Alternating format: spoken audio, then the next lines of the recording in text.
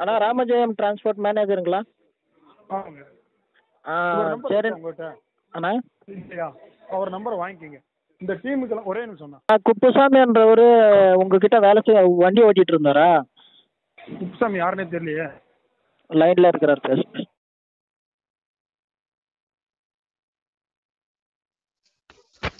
நான் பேசுனா குப்புசாமிண்ணா, அவர் நீங்க யாருன்னே தெரியலன்றாரு. கருப்பசாமிங்கண்ணா. கருப்புசாமிங்களா? Okay right. சாரி அண்ணா.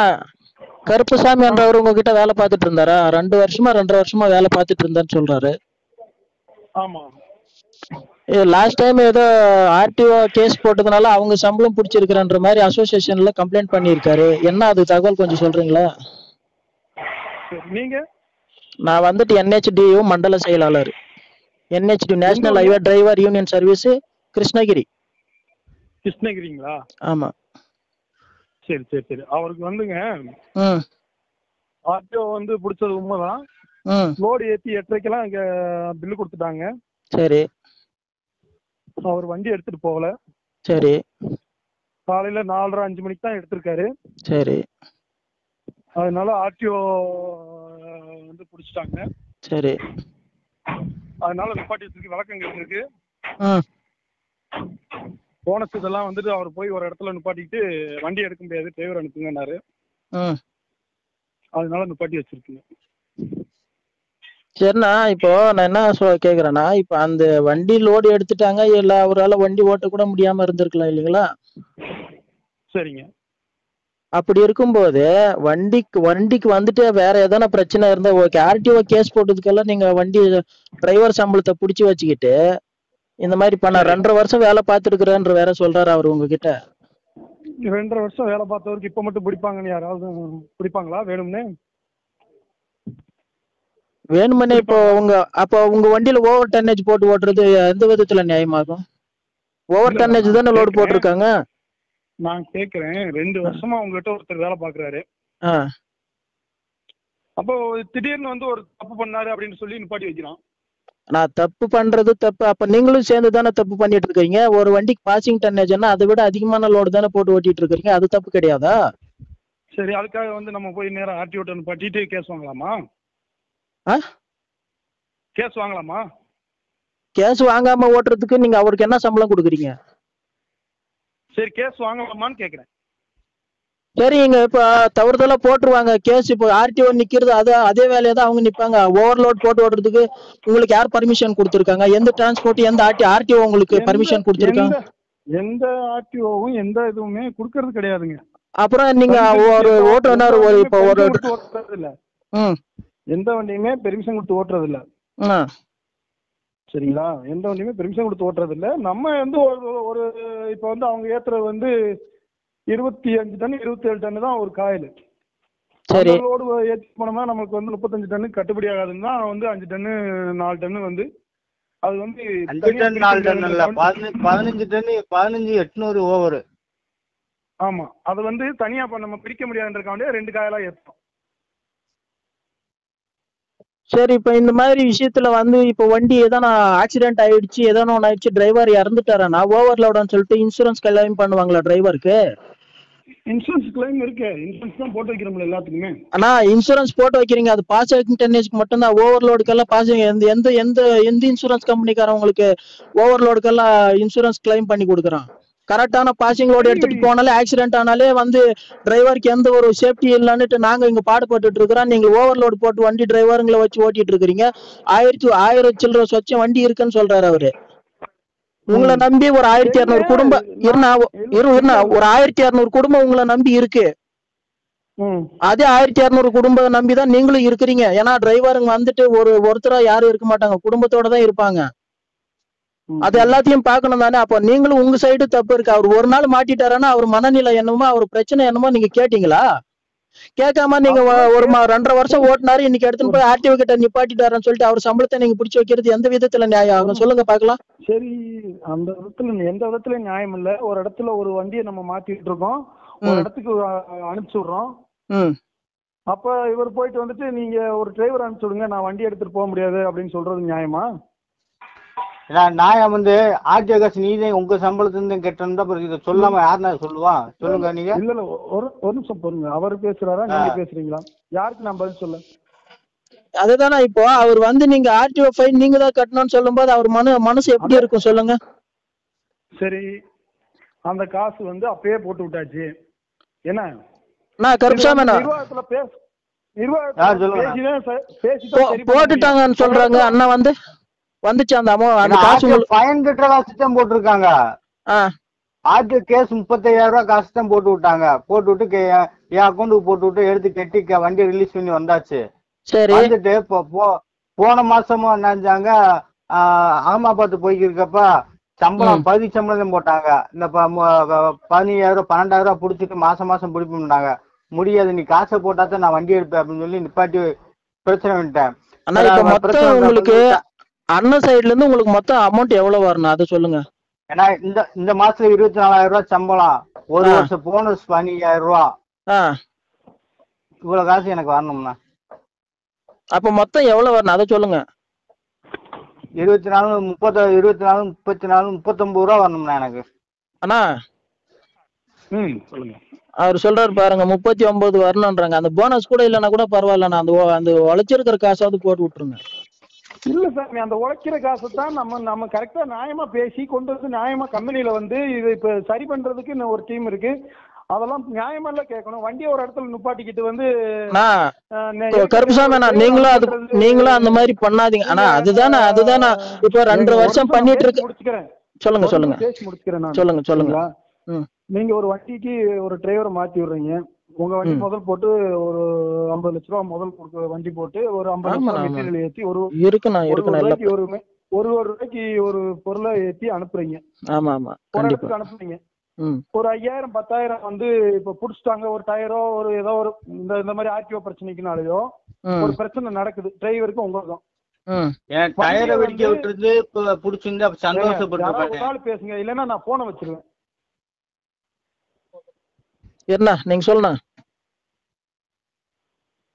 ஒரு இடத்துக்கு அனுப்புறீங்க.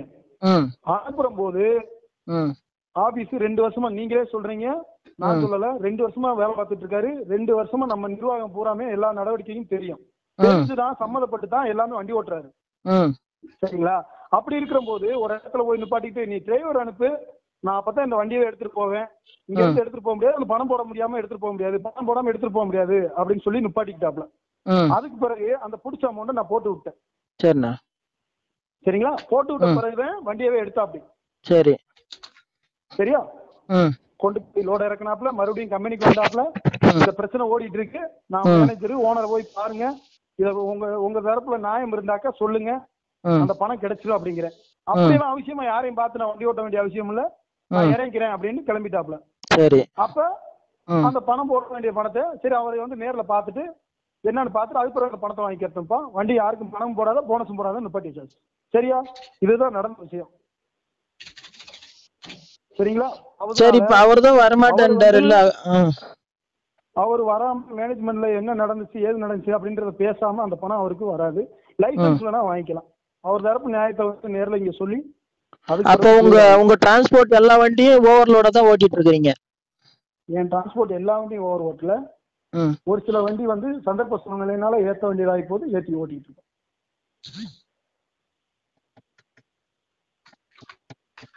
கருப்சாமண்ணா, ஹலோ, நீங்க நேர்ல போயிட்டு பேசிட்டு இவர் தானா எனக்கு இறக்கி விட்டவரு. சம்பளம் போட முடியாது, போனஸ் போட முடியாது, நீ என்ன வேண்டாம் பண்ணிக்க அப்படின்னு சொல்லி இறக்கிட்டு வண்டி விட்டு இறக்கி விட்டாப்ல. சரிண்ணா, அந்த போனஸ் போயிட்டு போதுண்ணா. இப்போ உங்களுக்கு வர வேண்டியது அந்த 24,000 ரூபாய் வாங்கிக்கோண்ணா. அவ்வளவுதான், போய் பேசிட்டு வாங்கிக்கோங்க. ஏன்னா பேசினாலும் வேலைக்கு ஆகாதுண்ணா.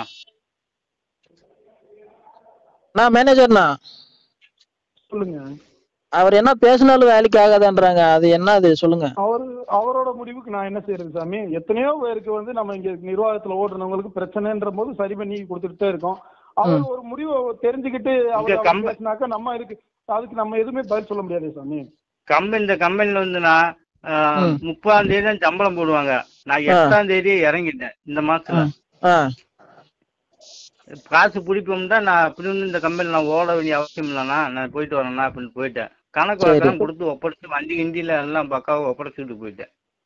சாமி நீங்க தான் சொன்னீங்க நான் இறக்கி விட்டேன்னு, இப்ப என்ன சொல்றீங்க? ஆமா, நீங்களே இறக்கி விட்டீங்க. நீங்களே இறக்கி விட்டீங்க.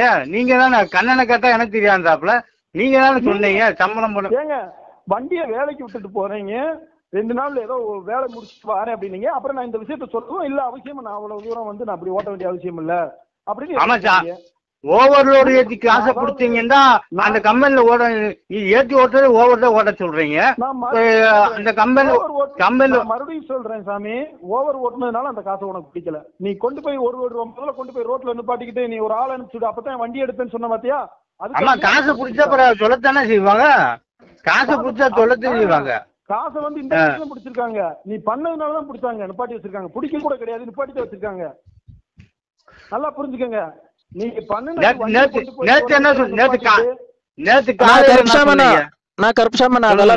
அதெல்லாம் வேண்டாம். இப்ப வாக்குவாதம் பேசுற நேரம் இது கிடையாது, சரிங்களா? எனக்கு வேலை இருக்கு. ஆனா மேனேஜர்னா சொல்லுங்க சார், பாருங்க, உங்களுக்கு வந்துட்டு நிறைய இந்த தமிழ்நாட்டை பொறுத்த வரைக்கும் ராமஜெயம் டிரான்ஸ்போர்ட்ன்றது மிகப்பெரிய உச்சத்துல இருக்கு, பேர்ல இருக்கு. இது அசோசியேஷன் வரைக்கும் வந்து இந்த அசோசியேஷன் வரைக்கும் வந்திருக்குதுன்னாக்கா அது இன்னும் ஸ்ப்ரெட் ஆகும். அது வேண்டாம். கார்த்தி அண்ணா கிட்ட வேணும்னா நான் பேசுறேன். அது தயவு செய்து அந்த நீங்க போனஸ் கொடுக்காதீங்க, அது உழைப்ப கொடுத்து அனுப்பிச்சு விட்டுருங்க, முடிஞ்சு போச்சு. சாமி முதலாளியே என்ன சொன்னாரு தெரியுங்களா? உண்டானதை கொடுத்துடலாங்க அப்படின்னு சொல்லிட்டு இருக்காரு. நான் பேசி முடிச்சு எல்லாமே அவருக்கு பிடிச்ச காசு முதல் கொண்டு நான் குஜராத்ல இருக்கும்போது போட்டு விட்டேன்.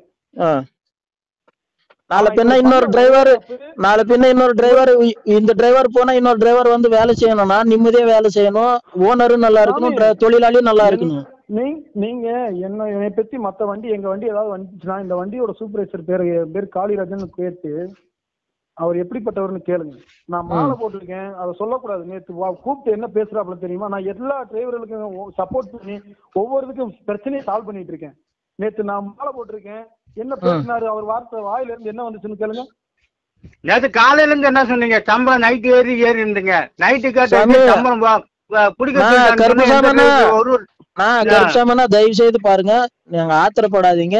போயிட்டு நேர்ல போய் பேசிட்டு அந்த போனஸ் வரலனாலும் பரவாயில்ல, நீங்க உழைச்ச உழைப்ப அந்த காசு வாங்கிட்டு வாப்போங்க, அவ்வளவுதான் நான் சொல்லுவேன்.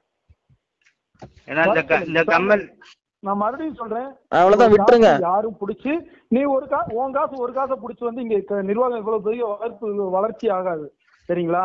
உங்களோட உழைப்பு காசை நீங்க வந்து தாராளமா வாங்கிக்கலாம். ஆனா உங்க சைடு இருக்கிற நியாயத்தை நம்ம தெரிய வேண்டிய இடத்துல தான் செய்யணும். நான் போன போட்டுட்டு ஓட்டாங்கம்மா அசிங்கமா வார்த்தை சாமி ஐயப்பா ரோட்ல நிப்பாட்டிக்கிட்டு இப்படி நிப்பாட்டி பேசினா வராது, தீர்வு கிடையாது. அது நீங்க பாத்துக்கோங்க. சரி சாமி, அவர் பேசியிருந்தாலும் எங்க சைடுல இருந்து மன்னிப்பு கேட்டுக்கிறோம். நீங்க அவங்களுக்கு உண்டானது என்னமோ பண்ணி விட்டுருங்க, அவ்வளவுதான். சரி, வர சொல்லுங்க. ஆபீஸ் வந்து நேரடியா எனக்கு மேல மேனேஜர் இருக்காங்க. இதுல வந்து நான் வந்து இங்க வந்து நிர்வாகத்துல நான் ஒரு சின்ன துரும்பு தான். எனக்கு மேல மேனேஜர் இருக்காங்க, நிர்வாகத்துல பெரியவங்க இருக்காங்க. அவங்ககிட்ட சொல்லுங்க, நடந்த விஷயத்த சொல்லுங்க. நியாயம் அப்படிங்கிற போது வந்து அவருக்கு என்ன உண்டானதோ அது கொடுத்துருவாங்க. நியாயத்து பத்து இப்போ இதுல வந்து நியாயம் உங்க சைடு இல்ல, அவர் சைடும் இல்ல, அதுதான் நான் சொல்லுவேன். ஏன்னு கேளுங்க, ஓவர்லோடு ஆர்டிஓ கேஸ் போட்டா அது நீங்களும் பதில் சொல்லி ஆகணும், அவரும் பதில் சொல்லி ஆகணும். நீங்க சொல்ற டிரைவர் வந்து நேத்து வேலைக்கு சேர்ந்து இன்னைக்கு அவர் இதாகல, நீங்களே சொல்றீங்க. நல்லா புரிஞ்சுக்கோங்க, 2 வருஷம் நம்மளோட நிர்வாகம். ஆமா சாமி, இது வந்து ஏதோ ஒரு சின்ன மன வருத்தத்துல இது வந்து எப்படி இருக்குன்னா, உங்களுக்குள்ள முன்னே வாக்குவாதம் நடந்திருக்கு, அவருக்கு மனசு அடிஞ்சு போச்சு, அதனால வண்டி எடுக்கல. அதுதான் குறை வந்து அப்படித்தான் வரும்.